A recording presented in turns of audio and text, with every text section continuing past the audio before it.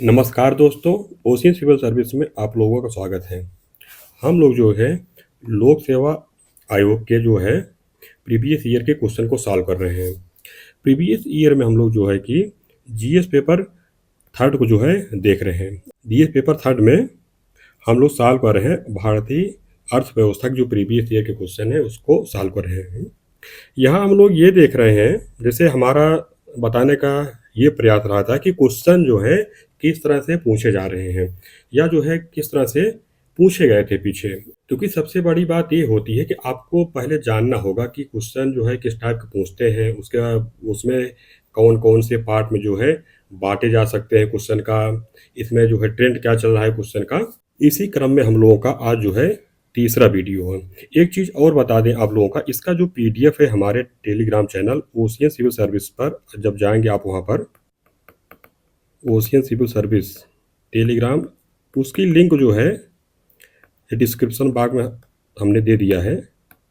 Link पर click करके आप जो है चैनल को ज्वाइन कर सकते हैं, वहाँ पर आपको इसकी पीडीएफ मिल जाया करेगी। तो चलिए हम लोग पहला प्रश्न देखते हैं।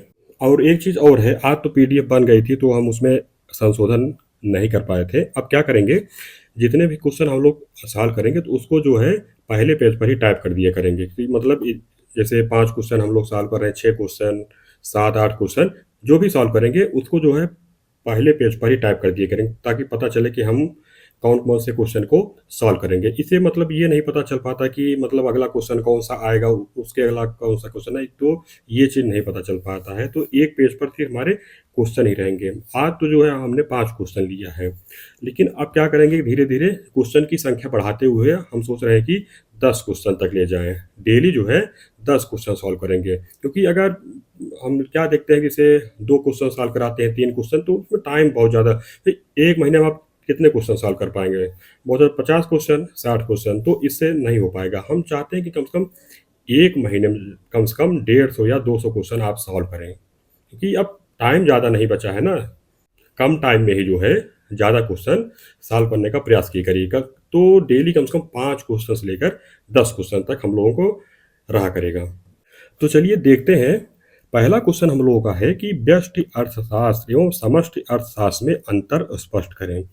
तो क्वेश्चन क्या पूछ रहा है, क्वेश्चन पूछ रहा है कि व्यष्टि अर्थशास्त्र क्या होता है, और दूसरा पूछ रहा है समष्टि अर्थशास्त्र क्या होता है, और दोनों में जो है अंतर पूछ रहा है।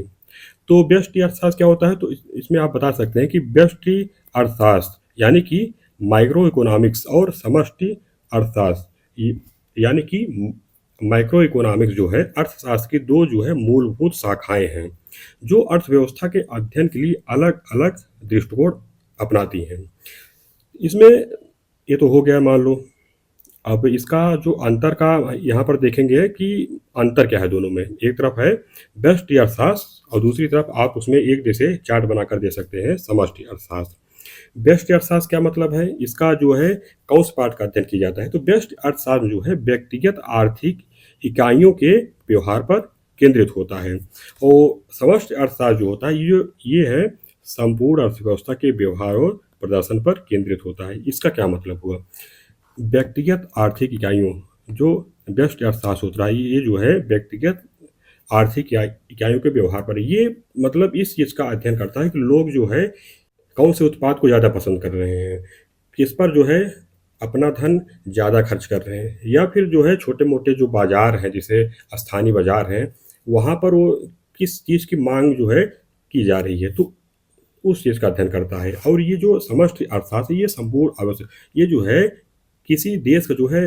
संपूर्ण अर्थव्यवस्था होती है कि वहाँ पर मतलब वृद्धि कैसे हो रही है, और देश के स्तर पर कौन से उत्पाद की जो है मांग ज़्यादा बढ़ रही है, और बेरोजगारी कितना बढ़ रही है, रोजगार कितना दिया जा रहा है, महंगाई कितना बढ़ रही है, तो ये पूरे देश लेवल पर जो है अध्ययन करता है। मुख्य मुख्य उपकरण आप इसमें बता सकते हैं। तो व्यष्टि अर्थशास्त्र के जो उपकरण होते हैं जैसे मांग और आपूर्ति, संसाधनों का आवंटन और कीमत निर्धारण किया जाता है। इसका मतलब ये होता है कि स्थानीय अंतर, स्थानीय जो बाजार होते हैं मतलब उस पर कि वहाँ पर जो है मांग ज़्यादा है कि आपूर्ति ज़्यादा है, तो ये चीज़ देखा जाता है, तो उसी हिसाब से वहाँ पर जो है कीमत का निर्धारण होता है। समष्टि अर्थशास्त्र जो है समग्र मांग और समग्र आपूर्ति, आय और रोजगार का निर्धारण और आर्थिक उतार चढ़ाव जो है देखा जाता है। समग्र मांग मतलब जो है देश स्तर पर, और उसी पर जो है समग्र आपूर्ति का जो है अध्ययन किया जाता है। तो समग्र मांग और समग्र आपूर्ति के आधार पर देखा जाता है कि महंगाई कितना बढ़ रही है, कितना घट रही है। उसी मतलब और उसी के आधार पर जो मौद्रिक उपाय किए जाते हैं, उसी हिसाब से जो है महंगाई को कंट्रोल किया जाता है। अब आगे देखते हैं। अब आगे आप बता सकते हैं इसमें कौन-कौन से चर का जो अध्ययन किया जाता है। व्यष्टि अर्थशास्त्र जो है व्यक्तिगत आय, व्यक्तिगत उत्पादन, वस्तु की कीमत और एक फर्म का उत्पादन देखा जाता है। व्यक्तिगत आय मतलब होता है व्यक्तिगत स्तर पर कि किसी व्यक्ति की आय कितनी है। व्यक्तिगत उत्पादन भी देखा जाता है कि एक व्यक्ति जो है कितना उत्पादन कर रहा है, मतलब ये जो है स्थानीय स्थानीय स्तर पर इसको देखा जाता है। एक वस्तु की कीमत स्थानीय स्तर पर उसकी कीमत बढ़ रही है कि घट रही है, उसकी मांग कितनी बढ़ रही है। और एक फर्म का उत्पादन मतलब एक स्थानीय स्तर की जो कंपनी होती है, फैक्ट्री होती है, उसका उत्पादन कितना हो रहा है, वो कितना उत्पादन कर रही है, उस चीज़ का अध्ययन किया जाता है। समष्टि अर्थशास्त्र जो चर होते हैं मतलब उसका जिस चीज़ का अध्ययन किया जाता है, राष्ट्रीय आय हो गया, सकल घरेलू उत्पाद यानी कि जीडीपी का अध्ययन हो गया, समान मूल स्तर देखा जाता है, मुद्रास्फीति बढ़ रही है कि घट रही है, और क्यों बढ़ रही है, क्यों घट रही है, इस चीज़ का अध्ययन किया जाता है। बेरोजगारी का भी अध्ययन किया जाता है। बेरोजगारी जो है राष्ट्रीय स्तर पर जो है इसका अध्ययन होता है। और इसका एक अन्य नाम भी बता सकते हैं। तो व्यष्टि अर्थशास्त्र जो है इसे कीमत सिद्धांत भी कहा जाता है। समष्टि अर्थशास्त्र जो है इसे आय और रोजगार सिद्धांत भी कहा जाता है। ये तो हो गया। उदाहरण उदाहरण दिए गए कि एक उपभोक्ता द्वारा किसी वस्तु की खरीद का जो है निर्णय, यानी कि एक जो है उपभोक्ता स्तर पर इसका जो है अध्ययन किया जा रहा है। और एक फर्म का उत्पादन स्तर, एक जो है स्थानीय स्तर की जो फैक्ट्री है, फर्म है, कंपनी है, उसका उत्पादन देखा जाता है। और एक विशेष उद्योग में मजदूरी मजदूरी जो देखी जाती है पूरे देश स्तर पर नहीं देखी जाती है। एक फर्म की मतलब कितनी जो है एक फर्म के द्वारा कितना मजदूरी जो है दी जा रही है। समष्टि अर्थशास्त्र के जो उदाहरण जैसे देश में आर्थिक वृद्धि दर, पूरे देश की आर्थिक समृद्धि क्या है, कौन सी दर से जो है आगे बढ़ रही है। मुद्रास्फीति की दर को नियंत्रित करने के लिए आरबीआई की नीति होती है, जो जैसे मौद्रिक नीति होती है, राजकोषीय नीति होती है, तो सरकार की नीति होती है। आरबीआई जो नीति होती है वो जो है मौद्रिक नीति होती है। और जैसे एक और आप बता सकते हैं सरकार का बजट। सरकार का बजट जो है ये जो राष्ट्रीय स्तर को होता है, तो ये जो है समष्टि अर्थशास्त्र के अंतर्गत इसका अध्ययन होता है।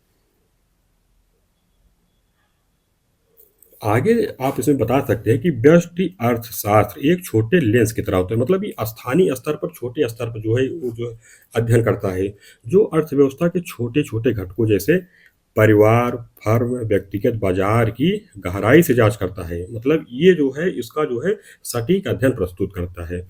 यह जो है यह समझने में मदद करता है कि व्यक्तिगत बाजार कैसे संचालित हो रहे हैं, व्यक्तिगत बाजार और संसाधन जो है कहाँ-कहाँ आवंटित होते हैं। अब जैसे आप उदाहरण के तौर पर देख सकते हैं, जैसे कोई सामान है, उत्तर प्रदेश में उसका उत्पादन हो रहा है, उत्तर प्रदेश में उसकी मांग ज़्यादा है, ठीक?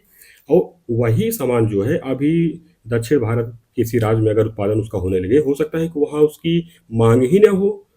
तो उसका जो अध्ययन किया जाएगा वो स्थानीय स्तर पर ही तो किया जाता है, राज्य स्तर पर किया जाएगा, जिला स्तर पर किया जाएगा। अगर उसका अध्ययन पूरे देश स्तर पर किया जाए तो उसका जो सटीक आकलन जो है नहीं प्रस्तुत हो पाएगा। तो इसी वजह से जो है व्यष्टि अर्थशास्त्र का अध्ययन किया जाता है। और समष्टि अर्थशास्त्र जो है एक बड़े लेंस की तरह होता है, जो अर्थव्यवस्था को एक इकाई के रूप में ही देखता है। जैसे बेरोजगारी हो गया, तो बेरोजगारी जो होगा वो उत्तर प्रदेश में भी उसका अध्ययन समान होगा, और जैसे दक्षिण भारत में कोई राज्य हो गया, जैसे महाराष्ट्र हो गया, कर्नाटक हो गया, तो बेरोजगारी का अध्ययन जो होगा वो यहाँ भी वैसे होगा, वहाँ भी वैसे होगा। तो ये जो है राष्ट्रीय स्तर पर इसका अध्ययन होता है। और अंत में आप बता सकते हैं कि इसका उद्देश्य जो है अर्थव्यवस्था के समग्र प्रदर्शन, जैसे क्यों मंदी आती है, समष्टि अर्थशास्त्र जो है क्या उद्देश्य बताया जा रहा है कि इसका जो है अर्थव्यवस्था के समग्र प्रदर्शन, जैसे मंदी क्यों आती है, मुद्रास्फीति क्यों बढ़ती है, को समझना और उसे सुधारने के लिए उपयुक्त सरकारी नीतियों जैसे मौद्रिक और राजकोषीय सुझाव देना है। मौद्रिक नीति जो लाई जाती है आरबीआई द्वारा लाई जाती है, और राजकोषीय नीति जो है सरकार के द्वारा लाई जाती है। आप इसमें जो है निष्कर्ष बता सकते हैं। तो चलिए अगला प्रश्न देखते हैं। अगला प्रश्न दिया गया है कि मांग पक्ष अर्थशास्त्र एवं आपूर्ति पक्ष अर्थशास्त्र को समझाते हुए अंतर स्पष्ट करें।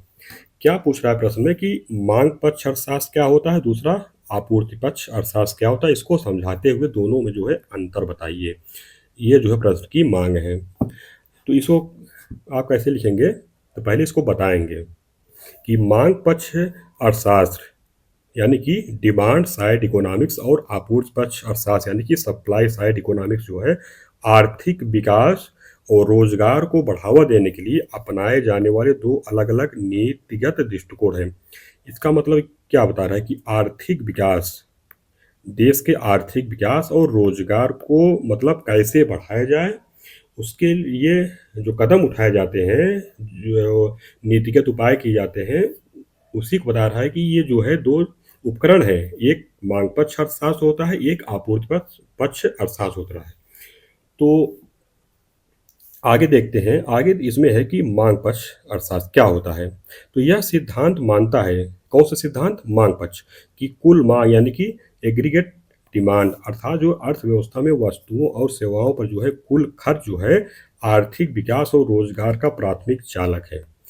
इसका क्या मतलब हो कहने का, इसका मतलब ये है कि अगर अर्थव्यवस्था में कुल मांग जो है बढ़ जाए तो आर्थिक विकास और रोजगार जो है उसके साथ साथ बढ़ता है। इसके कहने की ये मतलब हुआ, क्योंकि अगर मांग ज़्यादा होगी तो उत्पादन ज़्यादा होगा, उत्पादन ज़्यादा होगा तो आर्थिक विकास होगा। जब उत्पादन ज़्यादा होगा तो उत्पादन करने के लिए जो है मजदूर लगाए जाएंगे, श्रमिक लगाए जाएंगे, तो जब मतलब उनको जो है रोजगार भी मिलेगा। तो ये जो है आर्थिक विकास और रोजगार का जो है प्राथमिक चालक जो है माना जाता है, क्या, कुल मांग में वृद्धि।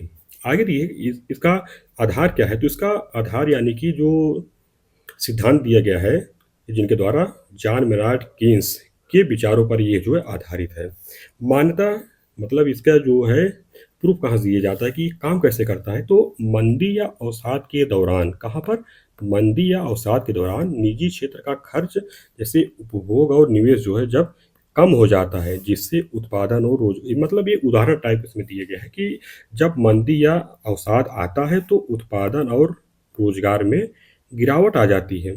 क्यों गिरावट आती है भाई, जब मंदी आ जाएगी, अवसाद आ जाएगी, तो जो है समग्र मांग होती है जो घट जाती है या गिर जाती है। जब मांग ही नहीं रहेगी तो उत्पादन घट जाएगा। जब उत्पादन घट जाएगा तो कंपनी क्या करेंगी, अपने यहाँ जो कर्मचारी उसके यहाँ लगे रहेंगे, जो मजदूर लगे रहेंगे, उनकी जो है छटनी करती हैं। जब छटनी करती हैं तो रोजगार भी जो है कम हो जाएगा। मतलब ये एक उदाहरण बताया गया है। आगे देखते हैं। अब आगे दिया गया है कि इससे निपटने के लिए क्या उपाय होने चाहिए। तो इसके नीतिगत उपाय दिए गए कि सरकार को हस्तक्षेप करना चाहिए। और कैसे मतलब हस्तक्षेप करना चाहिए, किस प्रकार का, तो इसमें दिया गया है खर्च बढ़ाना। खर्च बढ़ाने मतलब क्या है, खर्च बढ़ाने मतलब है कि सार्वजनिक कार्यों, कल्याणकारी योजनाओं आदि पर जो है सरकारी खर्च बढ़ाना, यानी कि राजकोषीय नीति बढ़ाना। मैंने अभी ये चीज़ नहीं बताया है कि मौद्रिक नीति क्या होती है, राजकोषीय नीति क्या होती है, ये हम जो है आगे आपको बताएंगे, अभी आएंगे उसके क्वेश्चन। तो यहाँ पर सिर्फ ये जान लीजिए कि जो सरकार खर्च करती है वो अपने राजकोषीय नीति के माध्यम से खर्च करती है। तो सार्वजनिक कार्य मतलब क्या होता है, जैसे सार्वजनिक कार्य मतलब जैसे योजनाएं जो चल रही है, अब उदाहरण के लिए आप जान लीजिए मनरेगा योजना हो गई। अगर जैसे मंदी आ गई है, रोजगार नहीं मिल रहा है, जैसे गांव में हो गया, वहाँ पर जो है मांग घट गई है, लोगों के पास पैसा नहीं है, रोजगार नहीं है, तो जैसे अभी क्या हो रहा है कि सरकार जो है 125 दिन का काम दे रही है, तो 150 दिन का देने लगे काम, 175 दिन का देने लगे काम, तो लोगों को पास रोजगार मिलेगा, उनके पास जो पैसा आएगा, उनकी क्षमता बढ़ेगी खरीदने की, तो मांग बढ़ेगा। और मांग बढ़ने से क्या होगा, उत्पादन बढ़ेगा। जब उत्पादन बढ़ेगा तो फिर से रोज़गार बढ़ेगा। तो ये जो है चक्र जो है धीरे-धीरे जो है देश की समृद्धि को बढ़ाएगा। दूसरी बात कल्याणकारी योजनाएँ चलाएगी। कल्याणकारी योजनाएँ मतलब अब जैसे आप जान लीजिए कि प्रधानमंत्री किसान सम्मान निधि के माध्यम से किसानों को 6,000 रुपए दिए जाता है, ठीक? अ, अगर इसे 6,000 रुपए बढ़ा के जैसे मंदी आ गई है, अगर 6,000 बढ़ा के इसको कर दिया जाए 12,000 रुपए, तो क्या होगा जब 12,000 रुपए लोगों के पास आएगा, तो लोग जो है माँग पैदा करेंगे, लोग जो है समर्थ होंगे। तो राजकोषीय नीति के माध्यम से सरकार क्या करेगी, अर्थव्यवस्था को पुश अप करेगी। तो इन्हीं सब के माध्यम से जो है सरकारी खर्च को बढ़ाया जाता है। तो ये इसमें जो है बताने का प्रयास किया गया है। और एक चीज़ और इसमें है कि ब्याज दरें कम करना। तो उधार लेने को सस्ता बनाना ताकि उपभोग और निवेश बढ़े। ये होता है मौद्रिक नीति के माध्यम से। महँगाई जो कंट्रोल किया जाता है ना, वो मौद्रिक नीति के माध्यम से किया जाता है। कैसे? जैसे अभी जो है 10% ब्याज मान लो, 10% ब्याज पर जो है पैसा दिया जा रहा है बैंकों के द्वारा। मंदी आ गई है, लोग जो है कर्ज ही नहीं ले रहे हैं भाई, ब्याज ज़्यादा है, तो आरबीआई क्या करेगा? तो ब्याज दर को मान लो घटा कर दिया 5%। जब ब्याज ही सस्ता हो गया तो लोग जो है उधार लेना मतलब कि चालू कर देंगे बैंक से। जब उधार लेंगे तो उसका उपयोग करेंगे, कुछ काम करेंगे, चाहे सामान ही खरीदेंगे, तो माँग बढ़ेगी ना उसी वजह से। तो ब्याज दर को घटाया जाएगा, ब्याज को जो है सस्ता बनाया जाएगा ताकि उपभोग और निवेश बढ़े। जब लोग उधार लेंगे तो 2 ही काम करेंगे, या तो उसका जो है उपभोग करेंगे, तब भी माँग बढ़ेगी, निवेश करेंगे तो निवेश से क्या होता है? उत्पादन बढ़ता है। जब उत्पादन बढ़ेगा तो रोज़गार मिलेगा, जब रोज़गार मिलेगा तो माँग बढ़ेगी। तो ब्याज दरें कम करने से क्या होता है? उपभोग और निवेश बढ़ता है। इसका उद्देश्य क्या होता है? इसका उद्देश्य होता है कि माँग में वृद्धि करके फर्मों को अधिक उत्पादन के लिए प्रेरित करना, जिससे रोज़गार बढ़े। वही चीज़ बताया इसमें बताया गया है, जो मैंने अभी बताया कि जब निवेश बढ़ेगा, तो फर्मों को जो है अधिक उत्पादन के लिए जो है प्रेरित होंगी जो फर्म होंगी, और जब अधिक उत्पादन के लिए प्रेरित होंगी, तो रोज़गार भी बढ़ेगा। ये चीज़ इसमें बताया गया है। दूसरा इसमें दिया गया है आपूर्ति पक्ष अर्थशास्त्र। इसमें इसमें आप क्या बता सकते हैं कि आपूर्ति पक्ष अर्थशास्त्र होता क्या है? इसका मानना क्या है? तो यह सिद्धांत मानता है कि कुल आपूर्ति यानी कि एग्रीगेट सप्लाई अर्थात अर्थव्यवस्था की उत्पादन क्षमता जो है दीर्घकालिक आर्थिक विकास और रोजगार का प्राथमिक चालक है। इसके कहने क्या मतलब है? इसके कहने का ये मतलब होता है कि यदि अगर उत्पादन बढ़ जाए, मतलब देश का उत्पादन बढ़ जाए, जो कंपनियां फर्म कारखाने हैं, अगर वहाँ पर उत्पादन बढ़ जाए तो आर्थिक विकास भी बढ़ेगा और रोजगार भी बढ़ेगा। इसके ये कहने का मतलब होगा। लेकिन इसका कहना जो है पूरी तरह से सही नहीं माना जाता है। सही नहीं माना जाता क्योंकि जो अभी हम लोगों ने देखा मांग पक्ष, जब मांग ही कम रहेगी तो उत्पादन ज़्यादा बढ़ा के क्या किया जाएगा? उत्पादन ही नहीं बढ़ेगा। जो निजी कंपनियां होती हैं वो लाभ के उद्देश्य कार्य करती है। जब उनको लाभ ही नहीं होगा, उस चीज़ की मांग ही नहीं बढ़ेगा, तो उत्पादन काहे करेंगी वो? भैया अपने कर्मचारियों को छटनी करेंगी ना, कि आपूर्ति बढ़ा देंगी, उत्पादन बढ़ा देंगी। तो ये चीज़ जो है मतलब ये पूरी तरह से सही नहीं माना जाता है। आधार क्या है इसका? इसका आधार जो है शास्त्रीय आधार यानी कि क्लासिकल इकोनॉमिक्स और आधुनिक रूढ़वादी अर्थशास्त्रियों के विचारों पर है। ये आधुनिक विचारधारा मतलब ये नहीं है, थोड़ा ये पुरानी विचारधारा है। जो आधुनिक रूढ़िवादी अर्थशास्त्री हैं जो है, ये उनका सिद्धांत है। आगे देखते हैं। आगे इसमें दिया गया है इसकी मान्यता क्या है? इसकी मान्यता जैसे उच्च कर, कठोर विनियमन और सरकारी हस्तक्षेप जो है उत्पादन और निवेश को हतोत्साहित करते हैं। इसकी क्या मान्यता है? जैसे उच्च कर लगा दिया जाए, कोई निवेशक आया निवेश करने के लिए, ठीक है, निवेश किया, लेकिन अगर उसके सामान पर या उसके लाभ पर जो लाभ कमाएगा उस पर अगर उच्च कर लगा दिया जाए तो कहाँ उत्पादन करेगा? जब उसको लाभ ही नहीं होगा तो उच्च कर लगाने से जो है उत्पादन घटता है। ये कहने मतलब है। कठोर विनियमन, कठोर विनियमन मतलब क्या होता है?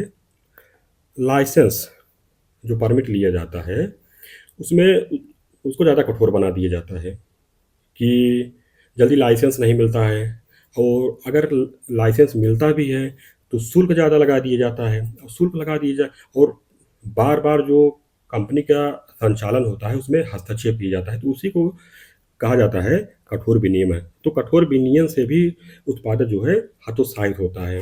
और इसमें दिए गए आगे सरकारी हस्तक्षेप।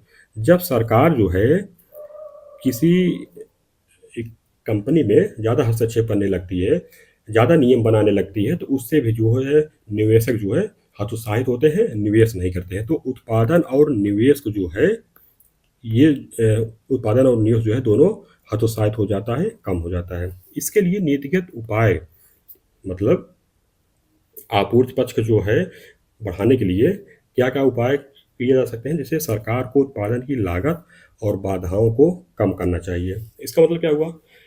जो सरकार ज़्यादा हस्तक्षेप कर रही थी, उसको जो है कम करना होगा। कर कटौती, कर कटौती मतलब क्या है कि व्यवसाय और व्यक्तियों पर करों में कटौती करना, विशेष रूप से पूंजीगत लाभ कर। पूंजीगत लाभ कर अभी हमने बताया कि जो कंपनी लाभ कमाती है उसको पूंजीगत लाभ कर कहते हैं। तो टैक्स को जो है कम करना, जब टैक्स जो है कम करेगी तो जो कंपनी होगी, नियोक्ता होंगे, वो निवेश करने के लिए जो है उत्साहित होंगे। और आगे है कि जिससे निवेश और काम करने के लिए प्रेरणा जो है बढ़ती है। और इसमें जो उपाय दिए गया है नियंत्रण में ढील करना। इसका मतलब क्या है कि सरकारी नियमों और नौकरशाही को कम करना, डीरेगुलेशन करना, यानी कि जो विनियमन है, हस्तक्षेप है, उसको कम करना। नौकरशाही को आप एक चीज़ में और लिख सकते हैं, लाल फीताशाही को कम करना। लाल फीताशाही मतलब ये होता है कि जानबूझकर किसी भी कार्य को जो है देरी से करना।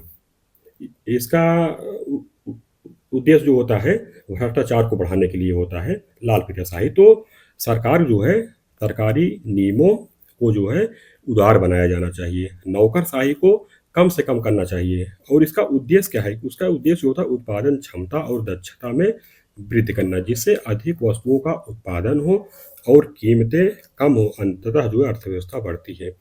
इसका मतलब क्या हुआ कि उत्पादन क्षमता और दक्षता में वृद्धि करना, यानी कि जो उत्पादन हो रहा है उसको बढ़ाना, दक्षता में वृद्धि करना। दक्षता मतलब ये हुआ कि जो उत्पादन किया जाता है उसकी क्वालिटी जो है, गुणवत्ता जो है उसमें वृद्धि करना, जिससे अधिक वस्तुओं का उत्पादन हो और कीमतें कम हो। भाई जब उत्पादन ज़्यादा होगा तो ऑटोमेटिक जो है जो कीमत होगी कम हो जाएगी। यही कहने का मतलब है। अंततः जो है अर्थव्यवस्था बढ़ती है। अर्थव्यवस्था जो है कब बढ़ेगी? जब उत्पादन बढ़ जाएगा ज़्यादा, कीमत हो जाएगी कम, तो मांग बढ़ेगी। जब मांग बढ़ेगी तो रोजगार पैदा होगा, रोजगार पैदा होगा तो मांग बढ़ेगी। तो ये जो है चक्र बन जाता है। तो उसी के सहारे जो है अर्थव्यवस्था भी बढ़ने लगती है। ये चीज़ में बताया गया है। आगे देखते हैं, दिया गया है। अब देखते हैं कि इसमें अंतर क्या होता है दोनों में। अंतर का आधार देखेंगे कि विकास का चालक क्या होता है। इसमें विकास का इसमें जो चालक होता है मांग पक्ष अर्थशास्त्र में कि उपभोक्ता मांग और सरकारी खर्च, यानी कि अगर मांग बढ़ाई जाए, सरकारी खर्च किया जाए तो अर्थव्यवस्थाएं ऑटोमेटिक जो है बढ़ने लगती है। आपूर्ति पक्ष में जो है उत्पादन क्षमता और निजी निवेश पर जो है जोर दिया जाता है, यानी कि उत्पादन क्षमता को बढ़ाया जाता है, आपूर्ति को बढ़ाया जाता है। आपूर्ति कब बढ़ेगी? निजी निवेश जब बढ़ेगा। तो अगर उत्पादन बढ़ाना है तो निजी निवेश को बढ़ाना पड़ेगा। ये जो है इसके विकास के जो है चालक हैं। नीतियों का जोर मतलब किस नीति पर जोर दिया जाता है? तो मांग पक्ष जो है खर्च बढ़ाने और मांग को प्रोत्साहित करने पर जोर दिया जाता है। सरकार द्वारा जो है खर्च बढ़ाया जाता है। जब खर्च बढ़ेगा लोगों के पास धन आएगा, जब धन आएगा तो मांग भी बढ़ेगी। यही चीज़ इसमें बताने का प्रयास किया गया है। आपूर्ति पक्ष में जो है कर कम करने और नियमन में ढील देने पर। अच्छा, एक चीज़ आप लोग इसमें थोड़ा ध्यान दीजिए, मुख्य अंतर क्या है, मतलब ये किस चीज़ पर फोकस की जा रहा है। तो मांग पक्ष जो होता है ये जो ग्राहक होते हैं उस पर ध्यान दिया जाता है। मतलब जो क्रय करते हैं, जो उपभोक्ता होते हैं, उन पर जो है ध्यान दिया जाता है। तो उसको कहते हैं मांग पक्ष अर्थशास्त्र। और आपूर्ति पक्ष जो है उत्पादक होते हैं, उनके ऊपर जो है विनियमन में ढील दी जाती है, उनको फ़ायदा पहुँचाया जाता है। तो उसको मतलब ये बताता है आपूर्ति पक्ष का अर्थशास्त्र। जैसे इसमें बताया भी है कर कम करने और नियमन में ढील देने। तो कर तो मतलब जो उपभोक्ता होते हैं वहाँ पर भी अगर जैसे ब्याज घटाया जाता है तो उसको भी कहा जाता है कि जो है टैक्स को कम किया गया है। लेकिन मूल देखा जाए तो कर कम कहाँ किया जाता है? कंपनी के ऊपर उससे जो है कम कर लिया जाता है। जो पूंजीगत लाभ कमाती है उससे जो है टैक्स को कम लिया जाता है। और नियमन नियमन में ढील दिया जाता है तो किसको फायदा होगा? जो उत्पादन कर रहा है ना, नियम तो वो झेल रहा है, उपभोक्ता थोड़े ना झेल रहा है। उपभोक्ता को तो बना बनाया सामान मिल रहा है। तो नियमन में ढील जो है उसको दिया जाता है जो उत्पादन करता है। समय सीमित के दिए गए हैं कि अल्पकालिक समस्याओं यानी कि मंदी के समय जो है ये ज़्यादा इफेक्टिव होता है। और आपूर्ति पक्ष की जो समय सीमा होती है ये दीर्घकालिक आर्थिक विकास को हल करने पर ध्यान केंद्रित और उत्पादकता पर ध्यान केंद्रित करते हैं। इसका कहने का मतलब ये होता है कि जब छोटी समस्या आती है, छोटी समस्या मतलब जैसे 2 महीने, 4 महीने, 6 महीने को, ज़्यादा से ज़्यादा मतलब साल भर की जो समस्या होती है, यानी कि जो मंदी की वजह से आती है, तो माँग को बढ़ाकर उस समस्या को हल किया जाता है। आपूर्ति का पक्ष का मतलब ये होता है कि अगर चलो ठीक है, मंदी आ गई, 6 महीने के लिए मंदी है, तो क्या आपूर्ति बढ़ाने से ठीक हो जाएगी? नहीं ठीक होगी। क्यों नहीं ठीक होगी? माँग है ही नहीं तो उत्पादन बढ़ा के क्या करेंगे? तो जब उत्पादन मंदी नहीं रहती है, अर्थव्यवस्था सब कुछ ठीक-ठाक रहता है, तो वहाँ पर उत्पादन जब बढ़ाया जाता है, तो धीरे-धीरे माँग भी बढ़ती जाती है, रोज़गार बढ़ता है, तो अर्थव्यवस्था जो है दीर्घकाल तक जो है स्वस्थ बनी रहती है। इसके प्रवर्तक दिए गए हैं, तो माँग पक्ष अर्थशास्त्र के जो प्रवर्तक हैं, जॉन मेनार्ड कीन्स हैं ये। और आपूर्ति पक्ष अर्थशास्त्र के जो प्रवर्तक हैं, आर्थर लाफर और रोनाल्ड रीगन युग के अर्थशास्त्री हैं। तो इस तरह से आप इसमें जो है बहुत अच्छे से बता सकते हैं। तो अगला प्रश्न हम लोग अब देखेंगे। अगला प्रश्न है, इसमें दिए गए है कि बाजार अर्थव्यवस्था क्या है? बाजार अर्थव्यवस्था यह जो है किस प्रकार से मिश्रित अर्थव्यवस्था से भिन्न है, अंतर स्पष्ट करें। इसमें सबसे पहले ये बताना है कि बाजार अर्थव्यवस्था क्या है। दूसरा बताना है मिश्रित अर्थव्यवस्था से ये जो है किस प्रकार भिन्न है, इसको अंतर को बताना है इसमें। इसमें आप ये बता सकते हैं इंट्रो में कि बाजार अर्थव्यवस्था जिसे पूंजीवादी अर्थव्यवस्था यानी कि कैपिटलिस्ट इकॉनमी भी कहा जाता है, एक आर्थिक प्रणाली है जहां उत्पादन, निवेश और वितरण से संबंधित सभी निर्णय जो है मुख्य रूप से बाजार की ताकतों यानी कि मांग और आपूर्ति द्वारा निर्धारित किए जाते हैं। इसका मतलब क्या हुआ? इसका मतलब बाजार अर्थव्यवस्था या पूंजीवादी अर्थव्यवस्था जो जो इसको कहा जाता है, ये एक प्रकार की आर्थिक प्रणाली है जहाँ उत्पादन और निवेश और वितरण यानी कि वही चीज़ उत्पादन होगा जिसकी मांग ज़्यादा होगी, उसी चीज़ में निवेश किया जाएगा जिस चीज़ की मांग ज़्यादा होगी। वितरण वितरण मतलब इस प्रकार से किया जाएगा कि उससे जो है ज़्यादा से ज़्यादा लाभ हो, क्योंकि पूंजीवादी अर्थव्यवस्था जो है यानी कि बाजार अर्थव्यवस्था जो है ये लाभ के उद्देश्य से कार्य करती है। समझ गए? तो इसके कहने का ये मतलब होगा इंट्रो में। अब इसमें दिए आप देख सकते हैं मुख्य विशेषताएं क्या होती है इसकी। मुख्य विशेषता इसकी सबसे पहली आप बताएंगे इसमें निजी स्वामित्व होता है। इसमें क्या होता है? निजी स्वामित्व।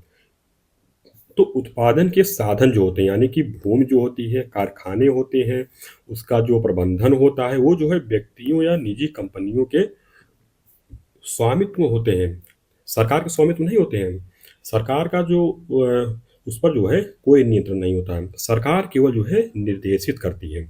ऐसा नहीं है कि कोई भी व्यक्ति जो है या कोई निजी कंपनी अपने जो है फर्म को खोलकर कोई भी चीज़ का उत्पादन करना शुरू कर दे। तो जिस चीज़ में वो रहेगा, उसको अनुभव रहेगा, जिस चीज़ का ज्ञान रहेगा, ऐसा नहीं कि कोई ऐसा आदमी वो किसी दवा का उत्पादन करना शुरू कर दे जिस चीज़ की मतलब उसको जानकारी भी नहीं। तो ऐसा नहीं हो सकता है। तो इसमें ये होता है कि जिस चीज़ के लिए जो आदमी योग्य है तो उसी चीज़ का जो है उत्पादन करने के लिए वो स्वतंत्र है। ये हो गया निजी स्वामित्व। इसका दूसरी विशेषता हो कि ये लाभ के उद्देश्य से कार्य करती है। लाभ के उद्देश्य का मतलब हो गया उत्पादन जो है मुख्य उद्देश्य जो है लाभ कमाना होता है। जहाँ लाभ नहीं होगा वहाँ पर ये उत्पादन नहीं करेगी, उस चीज़ का जो है उत्पादन नहीं करेगी। तो इसका मुख्य उद्देश्य जो है लाभ कमाना होता है, बिना लाभ के जो है कार्य नहीं करती है। और आगे बता सकते हैं कि सीमित सरकारी हस्तक्षेप होता है। देखो सरकार का तो इसमें कोई मतलब वो नहीं होता है, शेयर तो कोई नहीं होता है, लेकिन हस्तक्षेप कर सकती है। अभी हमने बताया कि ऐसा नहीं है कि कोई व्यक्ति इस चीज़ के लिए स्वतंत्र है कि वो जो है किसी भी चीज़ को उत्पादन कर सकता है। मतलब ऐसा नहीं है। जिस चीज़ के लिए वो योग्य होगा उसी चीज़ को जो है उत्पादन कर सकता है। तो सरकार की भूमिका जो है केवल कानून और व्यवस्था बनाए रखने और निजी संपत्ति के अधिकारों की रक्षा तक सीमित होगी। यानी कि सरकार जो कार्य है लाइन एंड ऑर्डर को मेंटेन रखना और निजी संपत्ति यानी कि जो कंपनी उत्पादन कर रही है, लाभ कमा रही है, तो उसको संपत्ति रखने का जो अधिकार है उसको जो है सुरक्षित करती है। कौन करता है? सरकार। विनियमित करती है, ये जो है निर्देशित करती है। बस उसका सिर्फ इतना ही काम रहता है बाजार अर्थव्यवस्था में। अगली विशेषता आप बता सकते हैं, स्वतंत्र मूल्य तंत्र होता है इसमें। क्या? कि कीमतें मांग और आपूर्ति के परस्पर क्रिया द्वारा स्वतंत्र रूप से निर्धारित होती है। तो इसके कहने क्या मतलब हुआ? इसके कहने की ये मतलब होता है जो कीमतें होती हैं, ये कीमत बता रहा है, कीमतें जो है मांग और आपूर्ति के परस्पर क्रिया द्वारा जो है निर्धारित होती हैं। यानी कि अगर कोई वस्तु जो है 100 रुपये मिल रही है, अगर उसकी जो है मांग ज़्यादा बढ़ गई तो ऐसा नहीं है कि वो 5 रुपये तक चली जाएगी। तो अगर 5 रुपये तक मतलब अगर 5 गुना उसका दाम बढ़ गया तो इसका मतलब है ये जो है महंगाई बढ़ रही है, तो सरकार उसमें हस्तक्षेप करती है। मतलब ऐसा स्वतंत्र रूप से नहीं हो सकता है। हो क्या सकता है कि 100 रुपये की चीज़ है, अगर उसकी मांग ज़्यादा बढ़ गई 110 रुपये की जगह मिलने लगेगी। तो ये जो है मांग और आपूर्ति के सिद्धांत पर इसका जो है ये कीमत जो है निर्धारित होता है। आगे दिए गया है इसमें कि मिश्रित अर्थव्यवस्था से इस भिन्नता।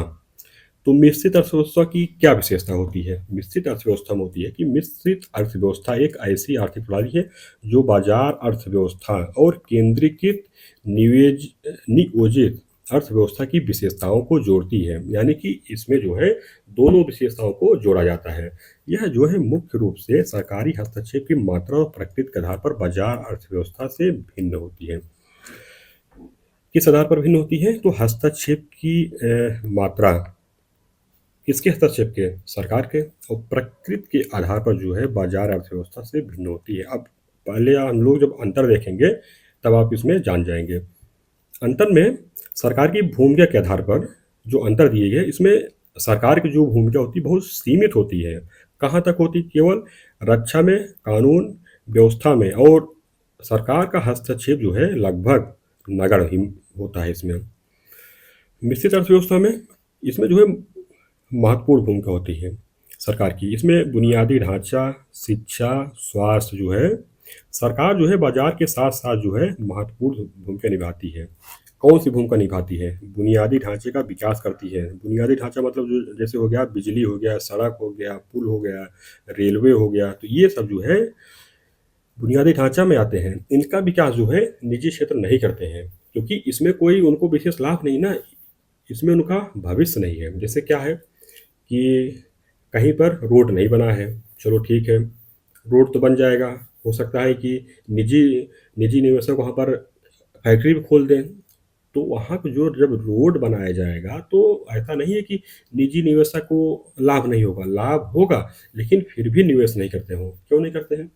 कि उनको भविष्य नहीं पता है ना, कि मतलब इसमें हो सकता है कि हम अपनी कंपनी हटा लें भविष्य में, तो उनका जो वहाँ पर जो भविष्य है सुरक्षित नहीं होता है, तो उनका लाभ जो है सुनिश्चित नहीं होता है, तो इसलिए उस चीज़ में वो लोग जो है निवेश नहीं करते हैं।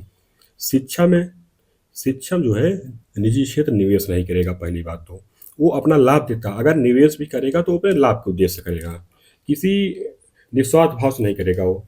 ऐसे ही जो है स्वास्थ्य, तो निजी क्षेत्र जो है स्वास्थ्य नहीं देखेगा, उसको सिर्फ स्वस्थ मानव पूंजी चाहिए, शिक्षित मानव पूंजी चाहिए, जिसके पास कौशल हो वो चीज़ चाहिए। लेकिन कहो कि वो स्वास्थ्य में निवेश करके उनको स्वस्थ बनाए, मानव पूंजी विकास करे, ये जो है निजी क्षेत्र नहीं करता है, ये जो है सार्वजनिक क्षेत्र ही करता है। तो ये आप लोग देख लीजिए इसकी सरकारी भूमिका।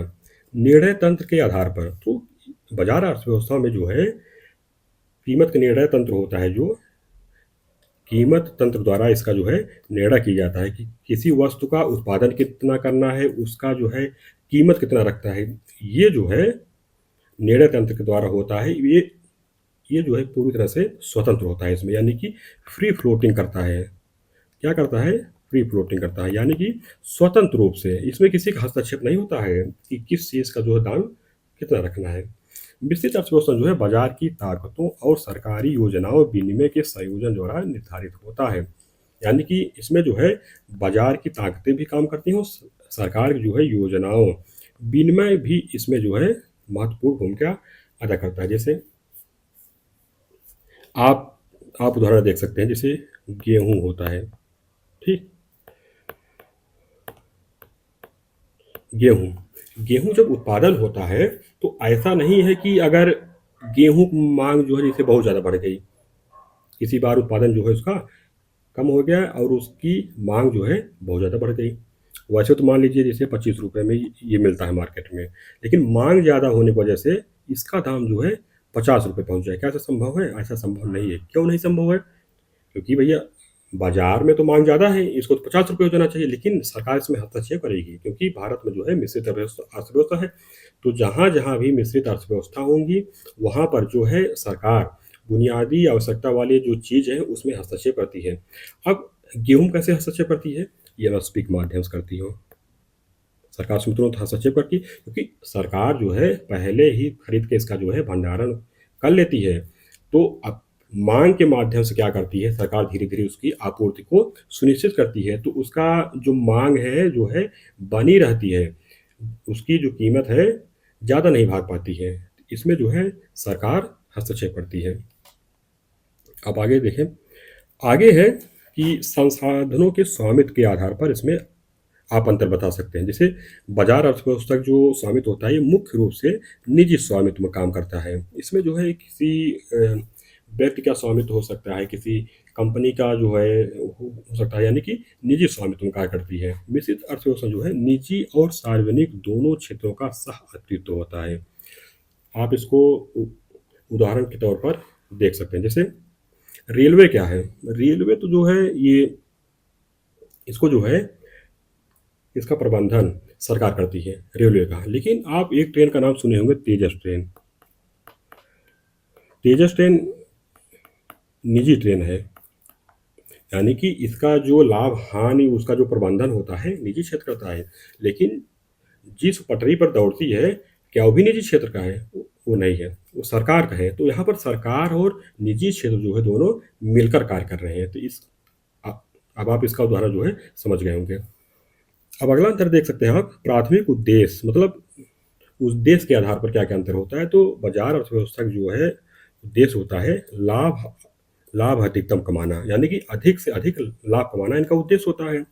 मिश्रित अर्थव्यवस्था में क्या होता है कि लाभ के साथ साथ जो है सामाजिक कल्याण और समानता देखना। मतलब लाभ तो कमाना होता है, निजी क्षेत्र भी मतलब उसी के साथ साथ चला है ना, तो इसका उद्देश्य जो है लाभ कमाने के साथ साथ जो है सामाजिक कल्याण को भी सुनिश्चित करना होता है और समानता, यानी कि इसके इसमें लाभ के साथ साथ जो है समावेशी विकास भी जो है इसका उद्देश्य होता है।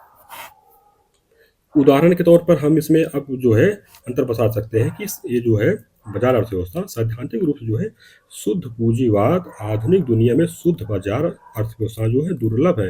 यानी कि शुद्ध पूंजीवाद मतलब जहाँ पर केवल पूंजीवाद हो, ऐसी बाजारें जो है अब दुर्लभ हैं। मिश्रित अर्थव्यवस्था जो है जैसे भारत है, कुछ हद तक जो है संयुक्त राज्य अमेरिका है, पूरी तरह नहीं है, ज़्यादातर तो ये है पूंजीवादी देश है। अधिकांश पश्चिमी यूरोपीय देश जो है इसके उदाहरण है। निष्कर्ष में आप बता सकते हैं इसमें कि बाजार अर्थव्यवस्था जो है अदृश्य हाथ पर भरोसा करती है, यानी कि इसमें किसी का हस्तक्षेप नहीं होता है, इसमें इसको कोई विनियमित नहीं करता है। ये इसके जो नियम कानून होते हैं, जो मांग और आपूर्ति होती है, बिल्कुल अदृश्य होती है। इसमें किसी का हस्तक्षेप नहीं होता है, पर भरोसा करती है। जबकि मिश्रित अर्थव्यवस्था में जो है सरकार दृश्य हाथ के रूप में कार्य करती है, विनियमित करती है, दिखाई देता है कि सरकार कौन से नियम ला रही है, कौन से कानून ला रही है, उसको विनियमित कर मतलब कैसे करती है, ये बिल्कुल पारदर्शी तरीके से करती है, मतलब दृश्य हाथ के रूप में, ताकि बाजार की विफलताओं को सुधारा जा सके और सामाजिक लक्ष्यों को पूरा किया जा सके। समझ रहे हैं? सामाजिक लक्ष्यों को पूरा किया जा सके, जिससे जो है अधिक संतुलित और समावेशी प्रणाली बन जाती है। इसका मतलब क्या हुआ? सरकार जो है दृश्य हाथ के रूप में मतलब हस्तक्षेप करे ताकि बाजार की विफलता, अब ये समझिए बाजार की विफलता क्या होती है। बाजार की विफलता मतलब जैसे अगर मांग और आपूर्ति दोनों ठीक ठाक से हैं तो बाजार अर्थव्यवस्था बिल्कुल सही चलेगा। बाई चांस क्या होगा, मांग ही घट जाए, क्या बाजार अर्थव्यवस्था कार्य करेगा? वो तो पूरी तरह से फेल हो जाएगा। तो निश्चित अर्थव्यवस्था में क्या होता है कि सरकार जो है राजकोषीय नीति के माध्यम से, सरकार राजकोषीय नीति के माध्यम से और आरबीआई जो है मौद्रिक नीति के माध्यम से क्या करेगा, मांग को बढ़ाएगा। और मांग को कैसे बढ़ाएगा? कृत्रिम रूप से मांग बढ़ाई जाएगी। जब मांग ज़्यादा बढ़ाई जाएगी तो मांग बढ़ेगी तो उत्पादन बढ़ेगा, जब उत्पादन बढ़ेगा तो रोजगार बढ़ेगा, रोजगार बढ़ेगा तो आय बढ़ेगी, जब आय ज़्यादा बढ़ेगी तो निवेश ज़्यादा बढ़ेगा। तो बाजार की विफलता को कौन दूर करता है? सरकार करती है, निजी क्षेत्र नहीं कर पाता है। और दूसरा चीज़ कि सामाजिक लक्ष्यों को पूरा किया जा सकता है। जैसे सामाजिक लक्ष्य क्या होता है?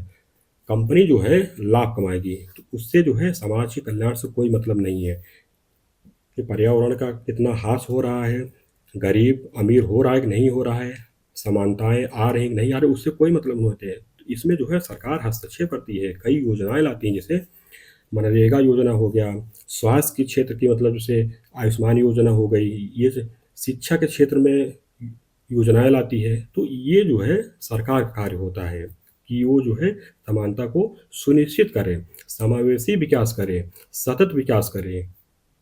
इन सब चीज़ों को करने के लिए सरकार को हस्तक्षेप करना पड़ता है।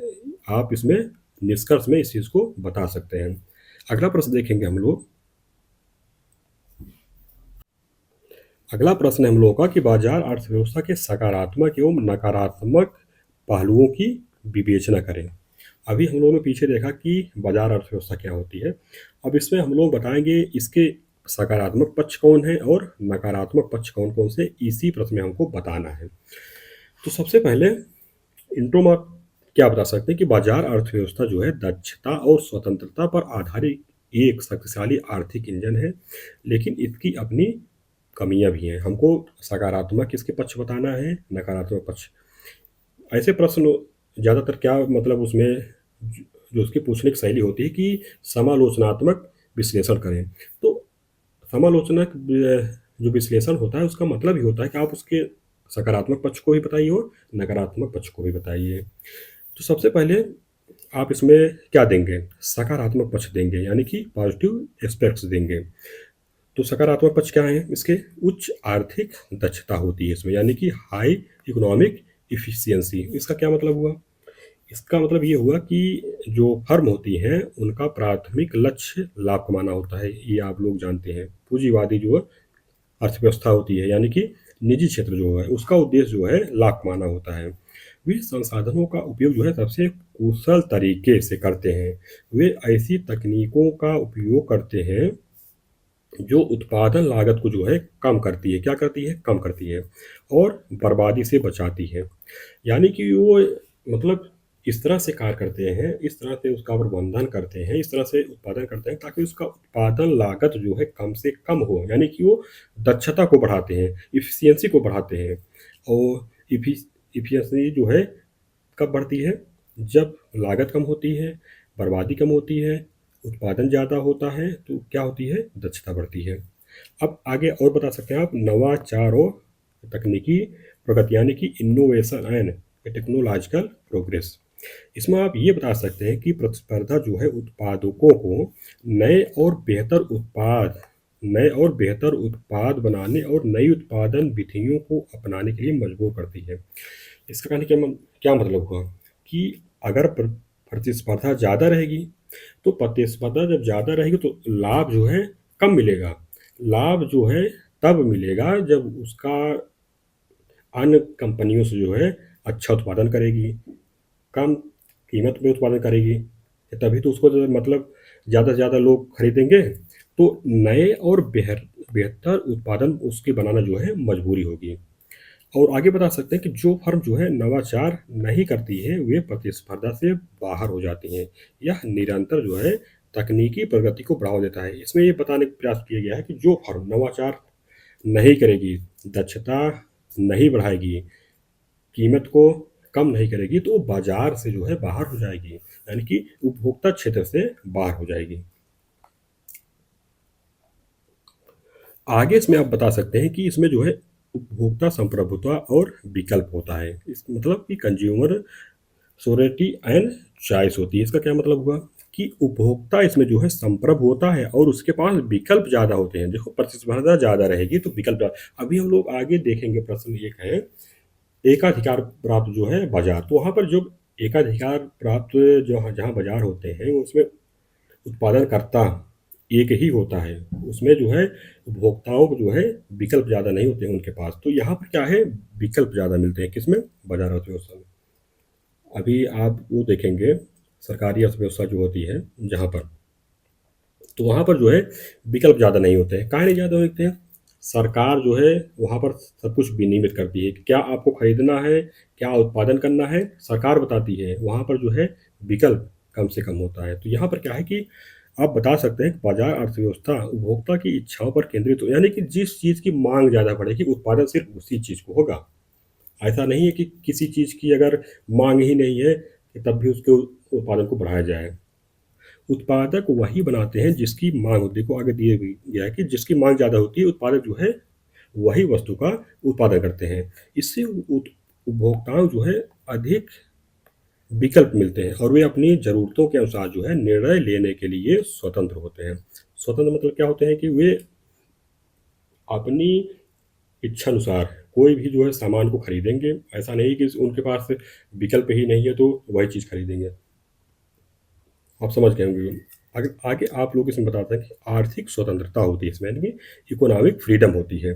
इसका मतलब क्या हुआ कि व्यक्तियों को संपत्ति रखने, व्यवसाय को शुरू करने और अपने अनुसार काम करने की स्वतंत्रता होती है, जो व्यक्तिगत पहल और जोखिम लेने की भावना को प्रोत्साहित करती है। इसमें क्या होता है कि आर्थिक स्वतंत्रता होती है, यानी कि संपत्ति रखने की स्वतंत्रता होती है, अधिकतम लाभ कमाने की स्वतंत्रता होती है और अपने इच्छानुसार काम करने की स्वतंत्रता होती है कि मैं कौन सा काम करूँगा, कौन सा उत्पादन करूँगा।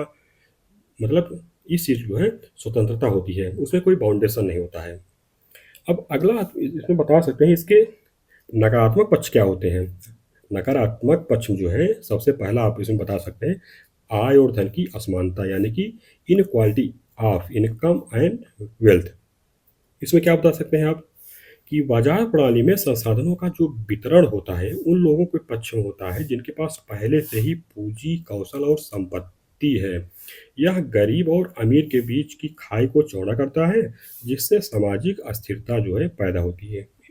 इसका क्या मतलब हुआ, जो बाजार प्रणाली होती है वो असमानता को कम करने का प्रयास नहीं करते। उसका उद्देश्य ही नहीं होता है ये कि जो है समाज में असमानता कम हो। यहाँ पर जो होता है कि संपत्ति का जो वितरण होता है उनके पक्ष में ज़्यादा होता है। किनके पक्ष में, जिनके पास पूंजी ज़्यादा है। जिनके पास पूंजी ज़्यादा है निवेश ज़्यादा करेंगे, उत्पादन ज़्यादा करेंगे।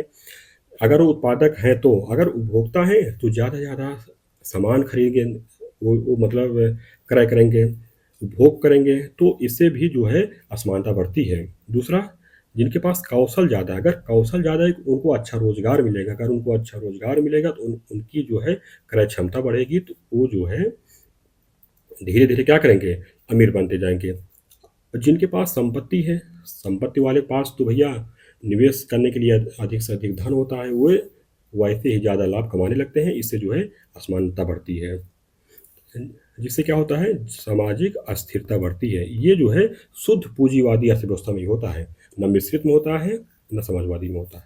इसको आप बता सकते हैं। दूसरा आप बता सकते हैं इसमें, दूसरा ये बता सकते हैं बाजार विफलताएं, यानी कि मार्केट फेल्योर्स। इसका मतलब क्या है, इसका मतलब ये आप बता सकते हैं कि बाजार स्वयं जो है कुछ समस्याओं को हल नहीं कर सकता है, जैसे वाह्यताओं यानी कि प्रदूषण और सार्वजनिक वस्तुओं यानी कि राष्ट्रीय रक्षा। इसका मतलब क्या हुआ, इसका मतलब ये हुआ कि जब बाजार जो है उत्पादन करता है तो उससे हमेशा लाभ ही नहीं होता है, वो अपने लिए लाभ कमाता है लेकिन समाज के लिए जो है हानि पैदा करता है। कैसे हानि पैदा करता है, प्रदूषण, अगर उसके उत्पादन से प्रदूषण बढ़ रहा है तो हानि किसकी होगी, तो सभी लोगों को होगी ना। ऐसा नहीं कि सिर्फ उत्पादक की हानि होगी। तो जो है प्रदूषण बढ़ाता है तो इसके लिए वो कोई उपाय नहीं करता है। और दूसरी चीज़ सार्वजनिक वस्तुओं, ये यानी कि जो राष्ट्रीय रक्षा से संबंधित जो है उत्पाद हैं, उनको मतलब इस चीज़ की अनुमति नहीं दी जाती है कि राष्ट्रीय रक्षा से संबंधित उत्पाद को उत्पादित करें, उनकी एक सीमा होती है। आगे के बाजार केवल उन वस्तुओं का उत्पादन करता है जिनसे लाभ होता है। सामाजिक रूप से आवश्यक लेकिन गैर लाभकारी वस्तुओं की उपेक्षा करता है। जैसे आप इसको मतलब ऐसे समझ सकते हैं, जैसे स्वास्थ्य क्षेत्र में आप देख सकते हैं कि कोई ऐसा चीज़ है जो समाज के लिए तो बहुत फायदेमंद है, लेकिन उसमें लाभ बहुत कम है, तो क्या करेगा? निजी क्षेत्र जो है उस चीज़ का उत्पादन नहीं करेगा। तो इसके लिए क्या करना होगा कि इसके लिए सरकार को हस्तक्षेप करना पड़ता है। भैया इसमें लाभ हो या ना हो, लेकिन इसके पीछे जो है समाज का हित है, तो तब क्या करेगी सरकार? सरकार उसके उत्पादन में हस्तक्षेप करती है। तो ये जो होती है बाजार विफलता होती है। और आगे आप इसमें विशेषता बता सकते हैं कि आर्थिक अस्थिरता होती है इसमें। आर्थिक अस्थिरता का मतलब है कि पूंजीवादी अर्थव्यवस्था जो है व्यावसायिक चक्रों यानी तेजी और मंदी के अधीन होती है। मंदी के दौरान जो है बड़े पैमाने पर बेरोजगारी और उत्पादन में गिरावट आती है, जिससे समाज पर गंभीर नकारात्मक प्रभाव पड़ते हैं। इसका मतलब क्या हुआ? पूंजीवादी अर्थव्यवस्था में जो है तेजी भी आ जाती है और मंदी भी आ जाती है, तो इसका कोई उपचार नहीं होता है। तो निजी क्षेत्र जो होता है यानी कि बाजार अर्थव्यवस्था जो है, इसके लिए जो है कोई उपचार नहीं सुझा पाती है। तो अंततः इसमें जो है सरकार को हस्तक्षेप करना पड़ता है राजकोषीय नीति के माध्यम से।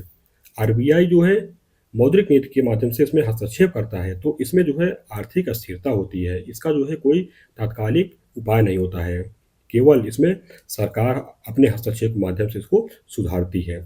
अब आगे और बता सकते हैं आप इसमें कि गरीबी और सामाजिक सुरक्षा का अभाव होता है, यानी poverty and lake of social security. इसमें क्या बता सकते हैं, इसका क्या मतलब हुआ? इसका ये मतलब होगा कि यह प्रणाली जो है केवल उन्हीं को संसाधन प्रदान करती है जो उत्पादन में योगदान दे सकते हैं। वृद्ध, बीमार या अक्षम लोगों के लिए सामाजिक सुरक्षा जाल की कमी हो सकती है। इसका मतलब क्या हुआ? इसका मतलब ये हुआ कि जो निजी क्षेत्र होता है वो उन्हीं को लाभ पहुंचाएगा, उन्हीं को सुरक्षा देगा जो उसके साथ उत्पादन कर रहे हैं, जो उसके सहयोगी हैं। वो जो है वृद्ध, बीमार या अक्षम लोगों के लिए सामाजिक सुरक्षा जाल की जो है व्यवस्था नहीं कर सकता है। इसका उदाहरण क्या है? जैसे सरकार के द्वारा क्या चलाया जाता है? वृद्धावस्था पेंशन दी जाती है। निजी क्षेत्र पेंशन देता है कभी? मतलब जो उसके साथ कार्य कर रहे हैं, जैसे निजी क्षेत्र में भी पेंशन मिलता है, लेकिन जो उसके साथ काम किए रहते हैं उनको पेंशन देता है, ना कि जो काम नहीं किए। तो सरकार के द्वारा चाहे उनके साथ काम किए रहे चाहे ना, उत्पादन का भी सहयोगी रहे या ना रहे, सभी वृद्धों जो 60 साल से ऊपर है वृद्धावस्था पेंशन का जो है प्रावधान किया जाता है। बीमार लोगों के लिए स्वास्थ्य क्षेत्र में उनको जो है उनकी व्यवस्था की जाती है। जो अक्षम लोग हैं, विकलांग लोग हैं, उनके लिए भी सरकार द्वारा जो है व्यवस्था की जाती है। तो ये जो है निजी क्षेत्र जो है कमी होती है। क्या होती है कि गरीबी और सामाजिक सुरक्षा का उसमें अभाव होता है। ये जो है विशेषता आप बता सकते हैं। आगे बता सकते हैं इसमें।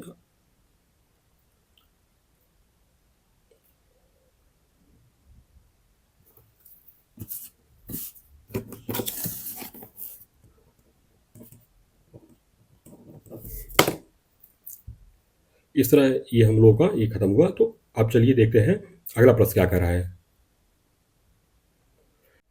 अगला प्रश्न में हम लोग क्या कर रहा है कि मिश्रित अर्थव्यवस्था को समझाते हुए इसके सकारात्मक एवं नकारात्मक बिंदुओं को विवेचना कीजिए।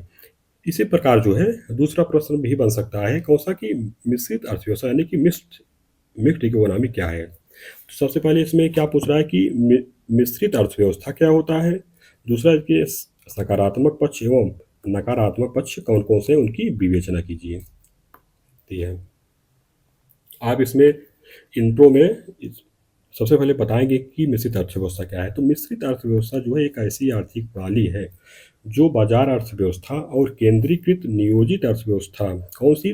दो जैसे होती है। एक बाजार अर्थव्यवस्था हो गई और दूसरा जो है केंद्रीकृत नियोजित अर्थव्यवस्था, दोनों की विशेषताओं को समाहित करती है। इसमें निजी क्षेत्र और सार्वजनिक क्षेत्र यानी कि सरकार दोनों का सह अस्तित्व होता है और वे आर्थिक निर्णय लेने में भाग लेते हैं। इसका क्या मतलब हुआ? यहाँ जो प्रबंधन हो गया, जो स्वामित्व हो गया और उत्पादन हो गया, उस पर जो है निजी क्षेत्र भी उसमें जो है हस्तक्षेप करता है, उसमें जो है नियोजित क्षेत्र जो होता है, यानी कि सरकार भी उसमें हस्तक्षेप करती है, दोनों का जो है सह अस्तित्व से जो है काम चलता है उसमें। इसमें आप बता सकते हैं भारत एक मिश्रित अर्थव्यवस्था का उदाहरण है। तो अब क्या है कि विश्व के ज़्यादातर देश जो है आज आज के समय में मिश्र अर्थव्यवस्था जो है अपना चुके हैं। अब इसके देखें हम लोग देखेंगे सकारात्मक बिंदु क्या है। तो सकारात्मक बिंदु में जो पहला पॉइंट आप बता सकते हैं कि आर्थिक दक्षता और विकास, यानी कि इकोनॉमिक इफिशियंसी एंड ग्रोथ। इसमें क्या बता सकते हैं कि निजी क्षेत्र की भागीदारी जो है लाभ और प्रतिस्पर्धा को बढ़ावा देती है, जिससे दक्षता और नवाचार सुनिश्चित होता है और बाजार अर्थव्यवस्था की तरह जो है तेज गति से विकास को प्रोत्साहित करता है। इसमें क्या बताने प्रयास किए गए हैं, इसमें ये बताने प्रयास किया जाता है कि जो निजी क्षेत्र की भागीदारी होती है इसमें तो होती ही है, सरकार के साथ साथ जो है निजी क्षेत्र की भी भागीदारी होती है। तो ये जो क्षेत्र होता है लाभ और प्रतिस्पर्धा को बढ़ावा देता है, यानी कि उसका उद्देश्य ही लाभ कमाना होता है और प्रतिस्पर्धा और लाभ कमाने के उद्देश्य से जो है प्रतिस्पर्धा को भी बढ़ावा मिलता है। क्योंकि क्या होता है कि लाभ कमाने के लिए क्या करेंगे, नवाचार करेंगे और उसमें जो है तकनीकी का भी समावेश करेंगे, जिससे सामान जो है क्या हो, सस्ता हो। जब सामान जो है अन्य लोगों की अपेक्षा जो है सस्ता होगा तो उसका जो है मांग बढ़ेगी, जब मांग बढ़ेगी तो लाभ होगा, जब लाभ ज़्यादा कमाएगी तो फिर उसमें नवाचार करेगी, जब और नवाचार करेगी तो और जो है प्रतिस्पर्धा बढ़ेगी। इस प्रकार का एक जो है चक्र चलता है इसमें। और इसमें जो होता है जब लाभ और प्रतिस्पर्धा दोनों बढ़ता है तो दक्षता और नवाचार जो है सुनिश्चित होता है, यानी कि दक्षता और नवाचार बढ़ाने के लिए उनको प्रेरणा मिलती है। ये इसमें जो है इसका कहने का ये मतलब हुआ। अगली विशेषता इसमें हम लोग देखेंगे सकारात्मक बिंदु में। अगली विशेषता आप लोग ये बता सकते हैं कि सामाजिक कल्याण और समानता, यानी कि सोशल वेलफेयर एंड इक्विटी को जो है बढ़ावा देना। तो इसमें आप ये बता सकते हैं कि सरकार जो है सार्वजनिक स्वास्थ्य, शिक्षा और सामाजिक सुरक्षा जाल जैसी आवश्यक सेवाएं प्रदान करने के लिए हस्तक्षेप करती है।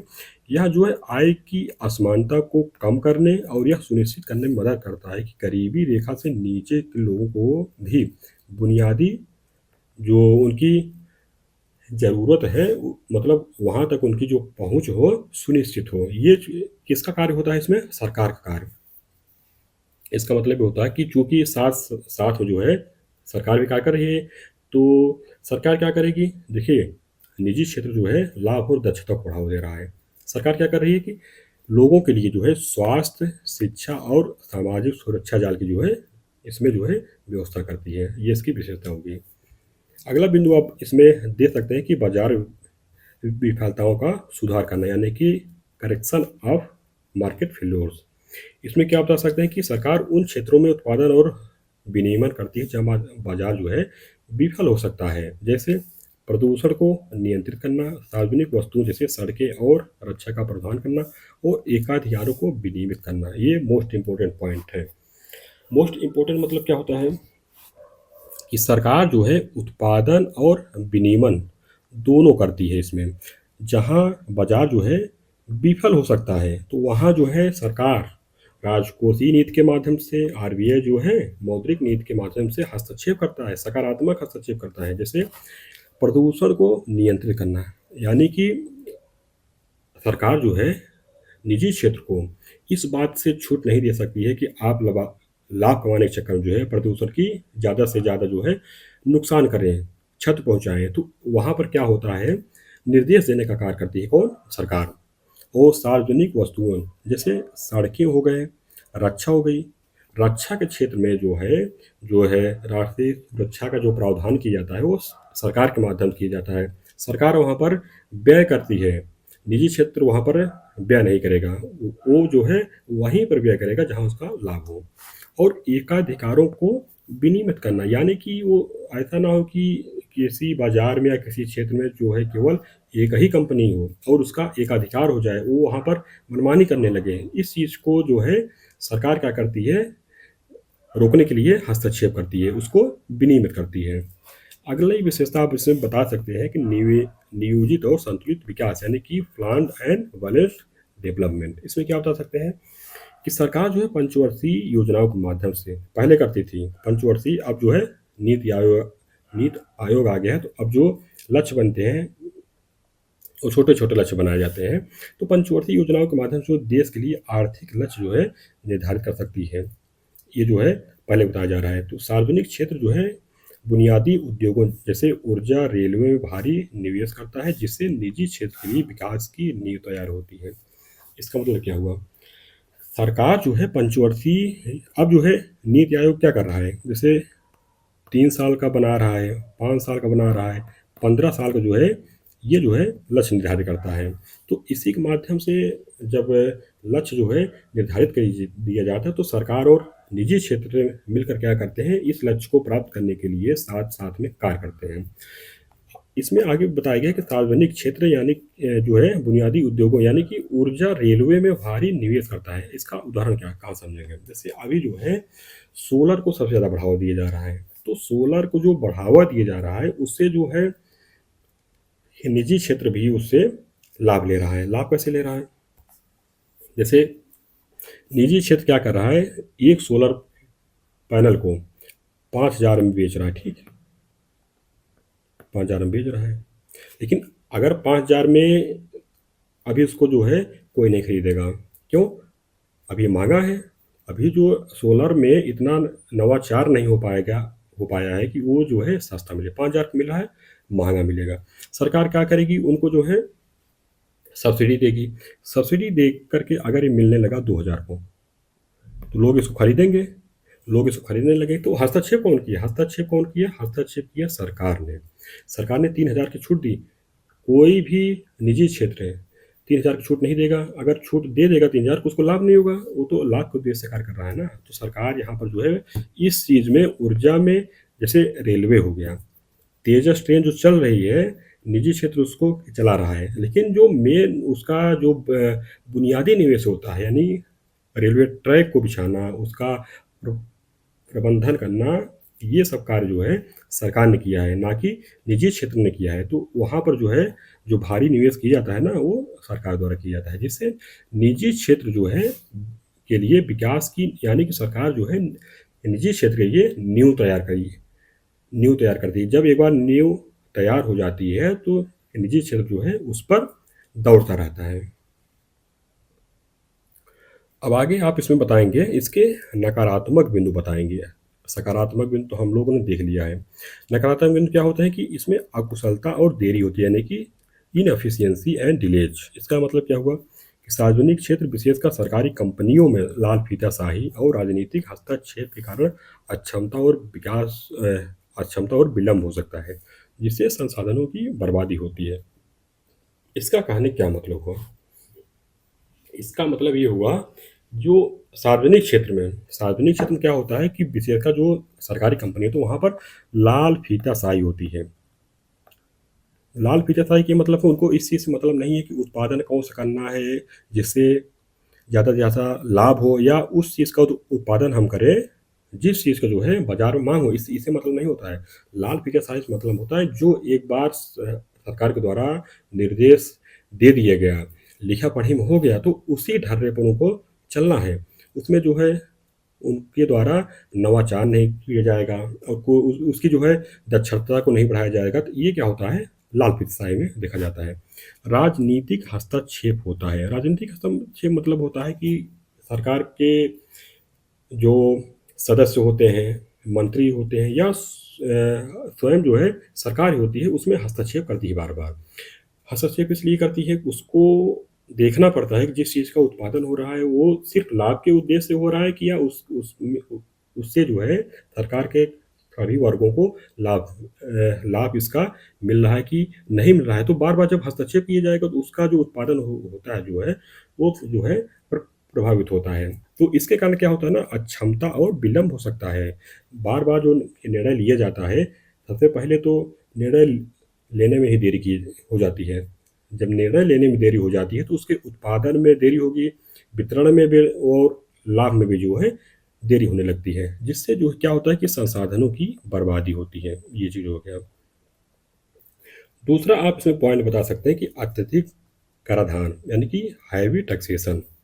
इसका मतलब क्या हुआ कि सरकार को जो है सार्वजनिक सेवाओं और कल्याणकारी योजनाओं के लिए धन जुटाने हेतु जो है उच्च कर लगाने पड़ते हैं, जो निजी निवेश और नवाचार को हतोत्साहित कर सकते हैं। इसका मतलब क्या हुआ, जैसे सार्वजनिक सेवा जो होती है, ठीक, और कल्याणकारी योजनाओं, इसके लिए जो धन कहाँ से आएगा? अब सरकार तो अपने पास लाएगी नहीं, तो क्या करेगी? जो प्राइवेट क्षेत्र है, प्राइवेट सेक्टर होते हैं, निजी क्षेत्र होते हैं, वहाँ वहाँ पर जो है सरकार जो है उच्च कर लगाती है उनके ऊपर। जब उच्च कर लगाएगी तो निवेशक जो होते हैं हतोत्साहित होते हैं, वे जो है निवेश करने से कतराते हैं। उनको कोई उसमें क्या होगा, जैसे 100 रुपये के सामान को जो है उत्पादन किए गए उनके द्वारा, और उनको बेचना कितने में है? 110 रुपये में बेचना है, 10 रुपये को उनको लाभ लेना है। सरकार ने क्या किया कि उस पर जो है 30 रुपये का टैक्स लगा दिया, तो क्या हुआ? सामान मिलने लगा 140 रुपये का। सामान क्या हो गया?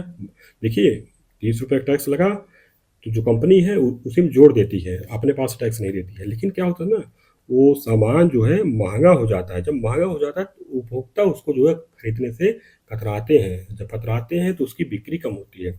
जब बिक्री कम होगी तो कंपनी को फायदा भी कम होगा। तो इस चीज़ से क्या होता है कि निजी क्षेत्र जो है धीरे धीरे निवेश को कम करते जाता है।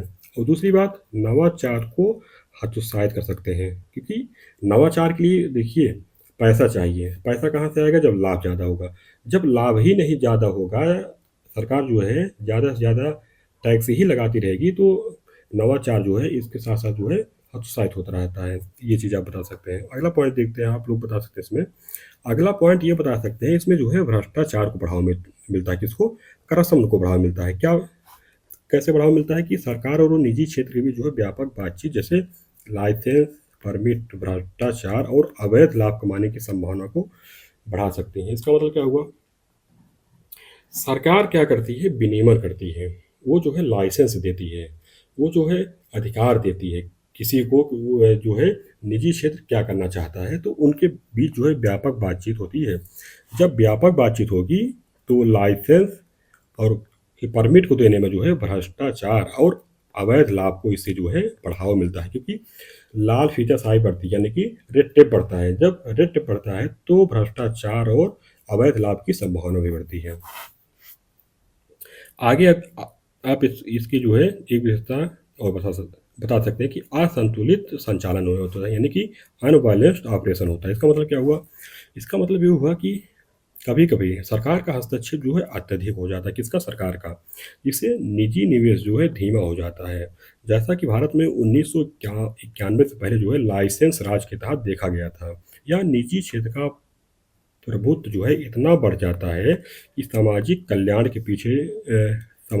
के जो लक्ष्य है पीछे छूट जाते हैं। इसका मतलब क्या हुआ? इसका मतलब ये हो इसका मत, जो बताने का प्रयास किया गया है कि इसमें असंतुलित संचालन भी बढ़ सकता है। इसका मतलब क्या हुआ कि या तो सरकार ज़्यादा हावी हो जाएगी, या जो है निजी क्षेत्र जो है हावी हो जाएगा। अगर एक इसमें से हावी हो गया तो क्या हो जाएगा कि सारा सिस्टम, जो अर्थव्यवस्था है वो जो है असंतुलित हो जाएगी। अगर सरकार ज़्यादा हस्तक्षेप करता है तो क्या होगा? निजी निवेश जो है धीमा हो जाता है, यानी कि लाल फीताशाही को बढ़ावा मिलेगा, जो है कर जो है ज़्यादा से ज़्यादा लगाया जाएगा। तो जब ये सब चीज़ें जो है बढ़ जाएंगी तो निवेश धीमा हो जाएगा।